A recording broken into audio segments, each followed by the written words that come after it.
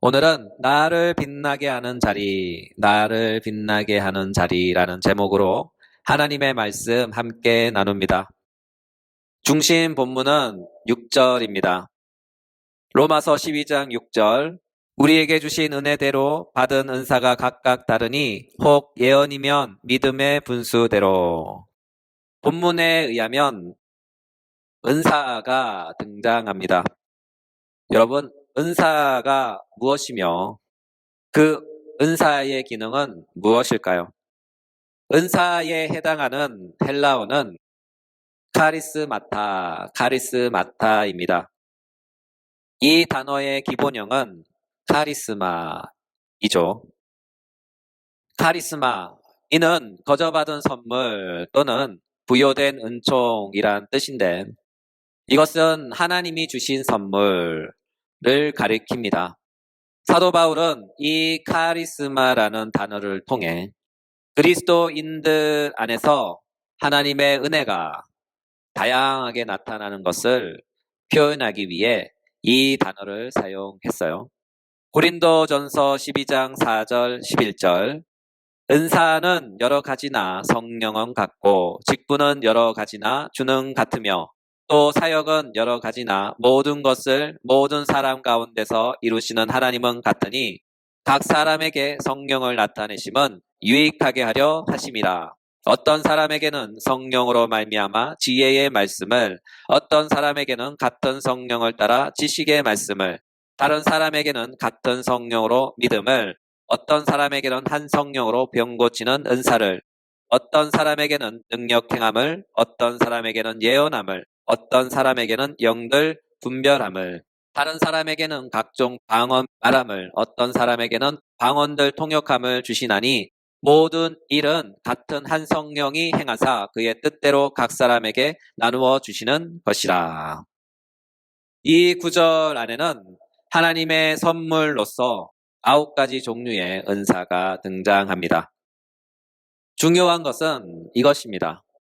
이 모든 은사를 주시는 분은 성령 하나님이시다. 성령 하나님이시다 하는 것이죠. 이 구절은 증거합니다.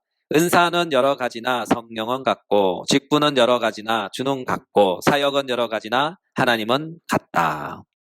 달리 표현하면 은사는 매우 다양한데 그 은사의 근원은 성령 하나님이시다 라고 합니다. 이로 인하여 사도 바울은 계속 말씀하시죠. 어떤 사람에게는 성령으로 말미암아 지혜의 말씀을, 어떤 사람에게는 같은 성령을 따라 지식의 말씀을, 다른 사람에게는 같은 성령으로 믿음을, 어떤 사람에게는 한 성령으로 병 고치는 은사를. 따라서 중요한 것은 은사를 주시는 분은 한 분이신데 그분은 바로 성령 하나님이시다 하는 것이죠. 그러므로 은사, 달리 말해서 하나님의 선물에 있어서 중요한 요점은 이것입니다. 은사는 성령 하나님의 은혜로운 선물이다. 은사는 성령 하나님의 은혜로운 선물이다. 이 사실을 꼭 기억합시다. 이로 인하여 우리가 숙지해야 할 아주 중요한 사실이 있어요. 첫째, 내가 소유한 은사는 내가 정한 것이 아니다. 내가 소유한 은사는 내가 정한 것이 아니다 하는 것이죠. 달리 말해서 은사는 하나님의 은혜로운 선물로서 내가 노력하거나 개발해서 획득된 것이 아니다 하는 것이죠. 이 은사는 주어지는 겁니다. 신적인 것이죠. 왜냐하면 은사의 출처가 바로 신적이기 때문입니다. 그 은사의 종류를 결정하시고 그 은사를 베푸시는 분은 하나님입니다. 고린도전서 12장 11절, 이 모든 일은 같은 한 성령이 행하사 그의 뜻대로 각 사람에게 나누어 주시는 것이라. 그렇죠? 은사를 베푸시는 성령은 그의 뜻대로 각 사람에게 적당한 은사를 정하시고 그 정하신 은사를 성령께서 직접 그 사람에게 수여합니다. 달리 말해서 내게 알맞은 은사가 무엇인지 성령께서 결정하셨고 그 결정하신 은사를 나에게 주신 것이죠. 이와 같은 이유로 우리는 불평하면 안 됩니다. 무엇을 불평하면 안 될까요? 내 은사가 이것밖에 안 돼? 내 은사는 왜 이래? 라고 불평, 원망하면 안 되는 것이죠. 왜냐하면 나에게 알맞은 은사가 무엇인지 그것을 심사숙고하여 신적 결정을 내리신 분은 다름 아닌 성령 하나님이시기 때문입니다. 따라서 내가 받은 은사에 대하여, 내가 맡은 직분에 관하여, 내가 하는 사역에 관하여 원망하거나 불평하거나 경시하는 것은 그 은사를 결정하신, 그 은사를 하사하신 성령 하나님에 대하여 원망, 불평, 경시하는 것입니다. 이것은 매우 불경건한 행위이며 장차 하나님의 심판대에서도 무겁게 책망받을 무거운 죄입니다. 이에 우리는 속으로 이런 말을 할 수가 있어요. 에이, 내가 언제 성령 하나님이 주신 은사에 대해 불평, 원망, 경시했나요? 이렇게 말이죠. 이에 대하여 한번 점검해 봅시다. 혹시 교회에서 맡은 직분 때문에 불평한 적이 있습니까? 그때 교회에서 부탁한 일 때문에 원망, 짜증낸 일이 없습니까? 작년에 교회 직분자들이 시킨 일 때문에 마음 상해하며 그 일을 뭉갠 일이 없으십니까? 여러분, 우리 모두 있잖아요. 그쵸? 그때 그 일, 그 사건. 그 일 때문에 토라져서 교회 안 나갔죠. 전화기 꺼놨잖아요. 교회에 옮겼잖아요. 그렇죠?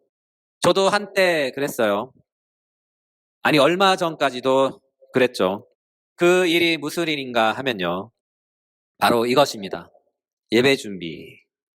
예배 준비. 이것은 지금까지 제가 하고 있는 일입니다. 예배 준비는 중학교 시절까지 거슬러 올라갑니다. 제가 중학생이 되던 해 교회의 찬양단이 결성되었죠. 그때 저는 변성기에 있었기 때문에 찬양 단원으로서 부적격이었어요. 악기 팀도 못했죠. 왜냐하면 키가 너무 작았기 때문에 장대같이 키가 큰 다른 팀원들 틈에 도저히 같이 낄 수 없었기 때문이죠. 그때 교회 형들이 키가 아주 컸어요. 평균 177 정도 됐어요. 저만 빼고 친구들도 모두 컸어요. 173, 183 정도 되었죠. 이로 인하여 상대적으로 키가 작은 저는 악기 팀에도 낄 수가 없었어요. 그래서 저에게 주어진 임무는 바로 악기 세팅, 찬양팀 마이크 세팅입니다. 남들보다 30분 일찍 와서 마이크, 악기 등을 세팅해 놓고 연습이나 예배가 끝나면 혼자서 그것을 정리하는 이런 허드렛 일을 했어요. 중고등부 졸업할 때까지 말이죠. 그러다 2006년에 다시 교육전도사로 사역하게 되었죠. 그때에도 저희의 사역의 일부 중 하나가 바로 예배 세팅하는 거예요. 찬양단보다 일찍 와서 세팅하고 찬양단 가면 뒷정리하고 이 일을 언제까지 했느냐 하면요. 지금까지 하고 있어요. 목사가 되어도 지금도 그 일은 제 일입니다. 지금도 해요. 매주 와서 예배 장소 청소하고 예배 세팅하고 마친 후 뒷정리하고 그러다 어느 날 문득 이런 불만 불평이 생겼어요. 왜 나는 지금까지 이와 같은 허드렛 일을 하고 있는가? 그쵸? 그 순간 욱 하고 올라오는 거죠. 내 나이가 몇 갠데 목사 견장 달고도 대체 언제까지 이 일을 해야 돼? 하면서 불평하고 있는데 그때 오늘 본문의 말씀을 보게 된 것이죠. 로마서 12장 6절 우리에게 주신 은사대로 받은 은사가 각각 다르니 혹 예언이면 믿음의 분수대로 이를 조금 더 자세히 풀어 설명한 구절이 바로 앞서 읽었던 구절입니다. 로마서 12장 11절. 이 모든 일은 같은 한 성령이 행하사 그의 뜻대로 각 사람에게 나누어 주신 것이라. 본문은 말씀합니다. 내가 맡은 은사를 심사숙고해서 결정하셔서 주신 분은 바로 성령 하나님이시다. 내가 맡은 은사를 심사숙고해서 결정하셔서 주신 분은 성령 하나님이시다. 그렇죠. 내가 그 은사를 결정한 것이 아니에요. 교회가 그 은사를 지정해 준 것도 아니에요. 그 은사를 결정하시고 주신 분은 바로 성령 하나님입니다. 이 사실을 믿으시기 바랍니다. 이에 여러분에게 묻겠습니다. 여러분이 받은 은사가 마음에 안 드십니까? 성령께서 주신 은사에 혹시 불만 있으십니까? 우리가 꼭 기억해야 할 것은 바로 이것입니다. 내가 받은 은사는 성령께서 주신 은혜로운 선물이다. 내가 받은 은사는 성령께서 주신 은혜로운 선물이다. 비록 그것이 내가 판단할 때 그 일은 뜰의 일 같아 보여도 그 일은 주님께서 뜻하시고 정하시고 기뻐하신 일, 바로 하나님의 선물입니다. 이로 인하여 우리는 주님께 감사해야 합니다. 나를 충성되이 여겨 당신의 은사를 나에게 주사 그 은사로 주님의 몸된 교회를 사랑하며 섬기게 하심에 감사해야 합니다. 특히 같은 업을 가지신 동업자분들께 고합니다. 매주 설교 준비하는 것이 힘드시죠? 고되시죠? 머리 터질 것 같죠? 우리가 하는 이 일은 주님께서 뜻하신 일이며 기뻐하신 일이며 우리를 충성되이 여겨 베푸신 하나님의 은사입니다. 사실이 이와 같기에 우리 함께 힘냅시다. 화이팅! 둘째, 은사는 오직 교회에서만 유용합니다. 달리 말해서 하나님의 선물인 은사는 오직 주님의 몸된 교회에서만 그 효용 가치가 있다는 뜻이죠. 본문은 말씀합니다. 로마서 12장 5절 6절. 우리 많은 사람이 그리스도 안에서 한 몸이 되어 서로 지체가 되었느니라. 우리에게 주신 은혜대로 받은 은사가 각각 다르니. 본문에서 우리 많은 사람이 누구일까요? 그들은 바로 복음으로 말미암아 거듭난 그리스도인들입니다. 그들은 그리스도를 통해서 서로 다른 이들이 함께 모여 우리가 된 것이죠. 달리 말해서 인격적 연합, 영적인 연합을 한 것입니다. 이로써 교회는 살아있는 하나의 유기체가 된 것이죠. 따라서 우리는 이와 같은 인격적 연합 또는 영적인 연합 안에서 하나의 유기체, 한 몸이 되었어요. 또한 한 몸인 하나의 유기체 안에서 서로가 서로에게 지체가 되었죠.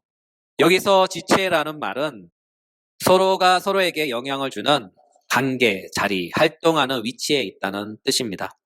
한원하면 교회는 주님의 몸으로서 하나의 유기체이며 이 하나의 유기체 안에는 활동하는 각자가 있다는 것입니다.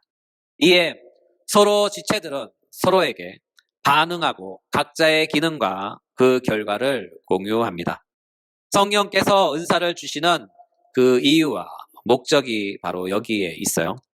성령께서 복음을 통하여 하나님께서 택하신 택자를 예수 그리스도의 사역을 적용하여 그리스도의 죽음과 합하여 옛사람을 십자가에 못 박고 그리스도의 부활과 합하여 그 사람을 다시 살리시되 그리스도의 피로 씻어 정결하게 하시고 그리스도께서 성취하신 절대적인 순종, 바로 하나님의 의로움을 중생한 택자에게 전가하사 그리스도의 의로움의 옷을 그에게 입히시고 그를 의롭게 하시며 의롭게 하신 그를 부활하셔서 살아계신 하나님의 아들과 연합하게 하사 한 몸이 되게 하시고 한 몸이 된 그들에게 각자의 은사를 주사 그리스도의 몸된 교회에서 한 자리, 한 몫을 주시고 그 자리에서 활동하는 유기체가 되게 하신 것입니다.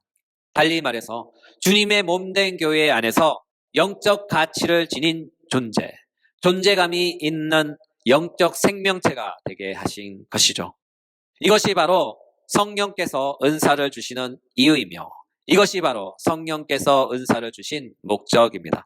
그 결과 우리 모두가 하나의 공동 목표를 위해 힘쓰며 애쓰며 달려나가게 하십니다. 에베소서 4장 15절 16절 오직 사랑 안에서 참된 것을 하여 범사에 그에게까지 자랄지라 그는 머리니 곧 그리스도라 그에게서 온몸이 각 마디를 통하여 도움을 받으며 서로 연결되고 결합되어 각 지체의 분량대로 역사하여 그 몸을 자라게 하며 사랑 안에서 스스로 세우느니라. 이와 같이 그리스도의 몸인 교회는 하나의 유기체로서 한 연합을 이루어 서로 지체로서 각자의 은사를 통하여 서로 결합하고 연결되고 도움을 받아 그 교회를 스스로 성장시켜야 합니다. 어디까지요? 그리스도 예수의 인격까지 자라가야 하는 것이죠. 이를 통하여 우리가 알 수 있는 사실은 교회는 혼자 존재하지 못하며 또한 혼자서 성장하지 못한다입니다.